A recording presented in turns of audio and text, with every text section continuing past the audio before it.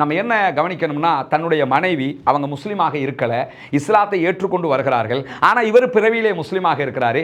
இவருக்கு மீண்டும் ஹிதாயத்தை அல்லாஹ் யார் மூலமாக கொடுக்கிறான் என்றால், தன்னுடைய அன்பு மனைவி ரசிகையாக இருந்து இஸ்லாத்தை ஏற்று இஸ்லாத்தின் ரசிகையாக மாறிய அந்த மனைவி ஊடாகத்தான் கிடைக்கிறது. நபிகள் நாயகம் ஸல்லல்லாஹு அலைஹி வஸல்லம் உடைய காலத்தில் ஒரு சம்பவம் நடக்கும். என்னன்னா, ஒரு யுத்த காலத்தில் ரசூலுல்லாஹி ஸல்லல்லாஹு அலைஹி வஸல்லம் அவர்கள் ஒருவரை பார்த்து இவர் நரகம் நுழைவார் என்று சொல்லுவார்கள். சஹாபாக்கள் பல பேருக்கு ஒரு டவுட் வந்துடும், என்னடா இது, முஸ்லிம்களுக்காக போராடுகிறார், முஸ்லிம்களுக்காக யுத்தம் செய்கிறார், அவர் நரகம் போவார்னு நபிகள் நாயகம் ஸல்லல்லாஹு அலைஹி வஸல்லம் அவங்க சொல்றாங்களே அப்படின்னு சொல்லி, அவர் அப்படி என்னதான் பிழை செய்கிறாருன்னு சொல்லி பின்னாடியே போய் பார்க்கணும்னு ஒருவர் போவார். யுத்த காலத்தில் பல எதிரிகள் அவர் வெட்டி சாய்த்தாலும் ஒரு கட்டத்தில் அவருக்கு நிறைய காயங்கள் ஏற்பட்ட காரணத்தினால தன்னுடைய கத்தியை எடுத்து வாளை எடுத்து நெஞ்சில வச்சு மல்லாக்க படுத்து தற்கொலை செய்து மரணித்து விடுவார். இதை பார்த்து அந்த நபித்தோழர் ஓடி வந்து அல்லாஹ்வுடைய தூதர் ஸல்லல்லாஹு அலைஹி வஸல்லம் அவங்கள்ட்ட சொல்றாங்க, யார் சொல்லலாம், நீங்கள் சொன்னதை போல அவன் நரகத்துக்குரிய காரியத்தையே செய்து விட்டார், தற்கொலை செஞ்சு மரணிச்சிட்டாரு என்று அந்த கட்டத்தில் அவங்க வந்து சொல்லுவாங்க. சொல்லுகிற போது நபிகள் நாயகம் ஸல்லல்லாஹு அலைஹி வஸல்லம் அவர்கள் பிலால் ரலியல்லாஹு அன்ஹு அவர்களை அழைக்கிறார்கள். பிலாலே, ஒரு செய்தியை இந்த மக்களுக்கு சொல்லுங்கள். ஏன் பிலால் ரலியல்லாஹு அன்ஹு அழைச்சி சொல்றாங்கன்னா, அவங்க சத்தமாக பேசுவாங்க, அதனால மக்களுக்கு ஒரு செய்தியை சொல்லுங்கன்னு சொல்றாங்க. இன்னல்லாஹ லா யுஐது ஹாத தீன பிர்ரஜுலில் ஃபாஜிர், ஒரு கேடுகட்டவனை கொண்டு கூட இந்த மார்க்கத்திற்கு அல்லாஹ் தஆலா வலு சேர்ப்பான்.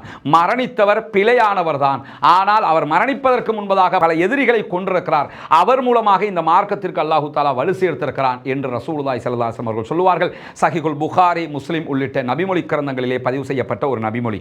இந்த அவுஃப் ஹனீஃபா அவர்களுடைய வரலாற்றை பார்க்கும்போது எனக்கு இந்த நபிமொழி நினைவுக்கு வந்தது. காரணம் என்னன்னு சொன்னா, ஒரு பெண்மணி அவங்க இஸ்லாமியனாக பிறக்கவில்லை, வேறு மதத்திலே பிறந்த ஒருவர் அல்லாஹ் தஆலா அவர்கள் மூலமாக இஸ்லாத்திற்கு வலு சேர்க்கிறான். எப்படி வலு சேர்க்கிறான்? ஒரு மிக பெரும் நடிகராக, இலங்கை சினிமாவிலே உச்சம் தொட்ட ஒரு நடிகராக இருந்தவரை மீண்டும் நீ செல்லுகிற பாதை பிழை, நீ சரியான பாதைக்கு வர வேண்டும் என்று அவர்களையும் இஸ்லாத்திற்கு எடுத்து அவர்களூடாக தன்னுடைய கணவராக இருந்த உச்சாணி கொம்பிலே சினிமாவை ப்ரமோட் பண்ணி கொண்டிருந்தவரை மீண்டும் இஸ்லாத்தின் பார் அழைத்து வந்தான் அல்லாஹ் தஆலா என்பது இந்த ஹதீஸை பார்க்கும்போது அந்த சம்பவத்தை ஒப்பிட்டு பார்ப்பதற்கு எண்ணம் வருகிறது. இப்படி ஒரு சிறந்த பயணத்திற்கான ஒரு தேடலாக அவுஃப் ஹனீஃபா அவர்களுக்கு இந்த வாய்ப்பு கிடைத்தது. இந்த அவுஃப் ஹனீஃபா அவங்களோட ஹிஸ்டரியை நீங்க யூடியூப்ல போய் தேடினீங்கன்னு சொன்னா, ஒரு 5 ஆண்டுகளுக்கு முன்பதாக ஒரு சம்பவம் நடைபெற்றது. என்னன்னா, இவர் சினிமா துறையை விட்டு விலகி 20-25 ஆண்டுகள் கடந்து விட்டது.